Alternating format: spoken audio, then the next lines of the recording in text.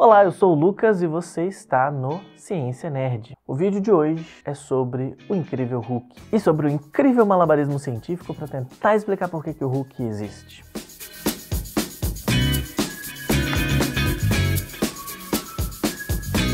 Robert Bruce Banner era um físico nuclear que trabalhava no Departamento de Defesa dos Estados Unidos. Ele estava desenvolvendo uma bomba que prometia deixar a bomba atômica no chinelo. Eu estou falando da bomba Gama. No dia de testar essa bomba aí, assim, minutos antes de detonar ela, o Banner descobriu que uma pessoa tinha invadido a área que a bomba seria testada. O físico então teve um surto de bondade e resolveu salvar o estranho que estava lá na área de testes. Tudo bem, eu estou desenvolvendo aqui uma bomba que vai matar milhões de pessoas, mas esse cara estranho eu tenho que salvar. Não sei o que passou na cabeça do Banner nessa hora. Enfim, aí ele pediu pro superior dele para interromper o teste. O superior dele falou: demorou.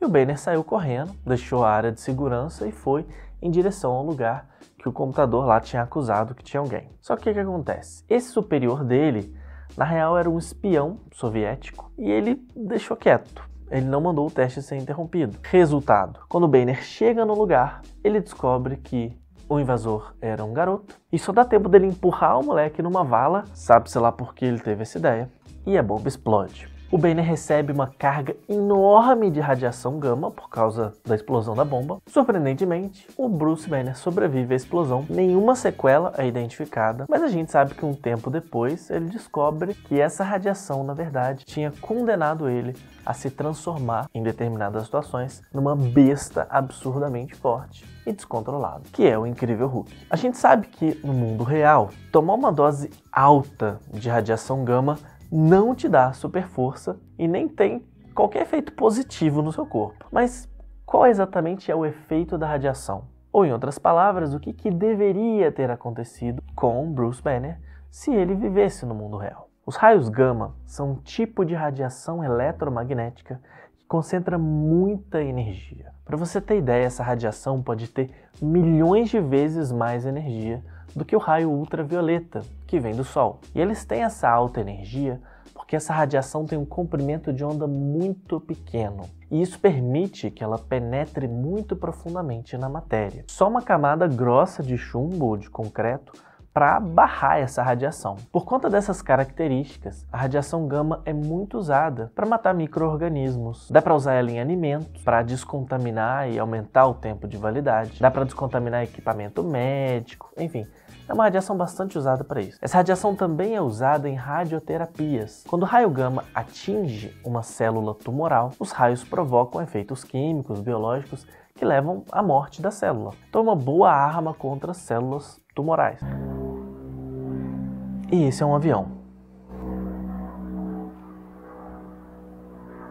O problema é que essa radiação também afeta células saudáveis, do mesmo jeito que afeta células tumorais. Por isso que a radioterapia tem que ser muito bem controlada, para não fazer mais mal do que bem.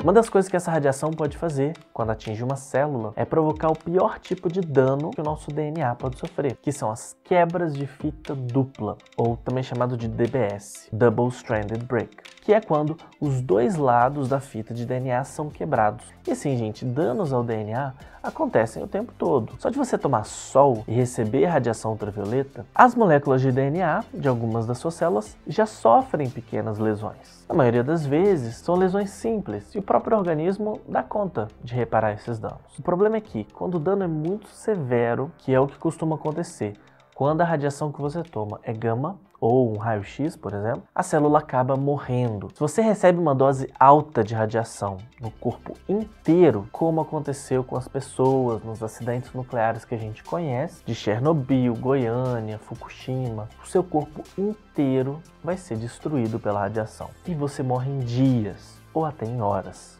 Mas o Banner não morreu, então que diabos aconteceu com ele? Quando rola um DBS, essa quebra dos dois lados da fita do DNA, e a célula consegue sobreviver, ela tenta corrigir essa quebra. O problema é o seguinte: quando quebra só um lado da fita, o organismo olha o que tem do outro lado e com isso ele consegue saber qual informação estava do lado que quebrou. Mas e se quebra os dois lados? O que a célula faz? Ela faz exatamente a mesma coisa que você faz quando está numa prova, não sabe a matéria e não tem ninguém para colar. Você chuta. A célula literalmente chuta o que tinha de informação nos dois lados da fita de DNA e bota essa informação nova ali. Isso é uma mutação genética, porque esse chute costuma ser errado. Eu não sei se você sabe, mas a molécula de DNA é a responsável por dar as instruções para as células. Ela é quem diz o que as células têm que fazer. Então, se você simplesmente troca, sei lá, a instrução da célula do seu dedo e manda elas fazerem ali um dente, elas vão fazer. Um exemplo meio drástico, mas só para você entender. Então, a justificativa da Marvel é dizer que o Hulk é uma mutação genética do Banner. Quer dizer, através de mutações genéticas aleatórias das células do Roberto Bruce Banner, o organismo dele foi reprogramado para dar origem a um monstro super forte, resistente e verde. Mas aí cabe fazer um adendo. Geralmente, os efeitos das mutações genéticas não atingem a pessoa que recebeu a radiação, porque o corpo dela já está lá, pronto, funcionando. Mas se a radiação afeta as células reprodutoras, aí é muito provável que os filhos dessa pessoa que recebeu a radiação tenham mutações genéticas. Foi exatamente o que aconteceu com as gerações seguintes dos sobreviventes dos acidentes nucleares. Apesar de parecer improvável, seria possível que uma mutação genética desse origem a uma maior força, a uma maior resistência, maior massa muscular? Sim, é possível. Existem marcadores genéticos que afetam essas habilidades, mas a experiência nos mostra que a chance disso acontecer é provavelmente nula. Porque a gente já teve alguns acidentes nucleares, muitas pessoas que tiveram seu corpo tomado pela radiação e várias gerações de bebês nascendo com mutações genéticas que não traziam nenhum benefício. Pelo contrário, mutações muito tristes, muito negativas. Mas beleza, mesmo que a gente aceite que o Hulk é uma mutação ambulante, existe mais um ponto que não faz muito sentido. Uma vez que partes do DNA das suas células são lesionadas e o seu organismo faz uma reparação disso, colocando outros genes, não tem como você voltar atrás. Não tem como dar um Ctrl Z. Por que diabos o Hulk consegue voltar à forma de Banner? Isso deveria ser inviável. Se ele vira Hulk, através de mutações genéticas, deveria ser impossível ele conseguir voltar à forma de Banner. Existem explicações para a possibilidade de alguém simplesmente ligar genes ou desligar genes em determinadas situações? Existe. Mas isso pode ficar para um próximo vídeo. Também existem tentativas de explicar, à luz da bioquímica, por que o Hulk é verde. Mas pode ser um assunto para um outro vídeo também. E é isso, se você curtiu, deixa o seu like, os seus comentários. E a gente se vê numa próxima.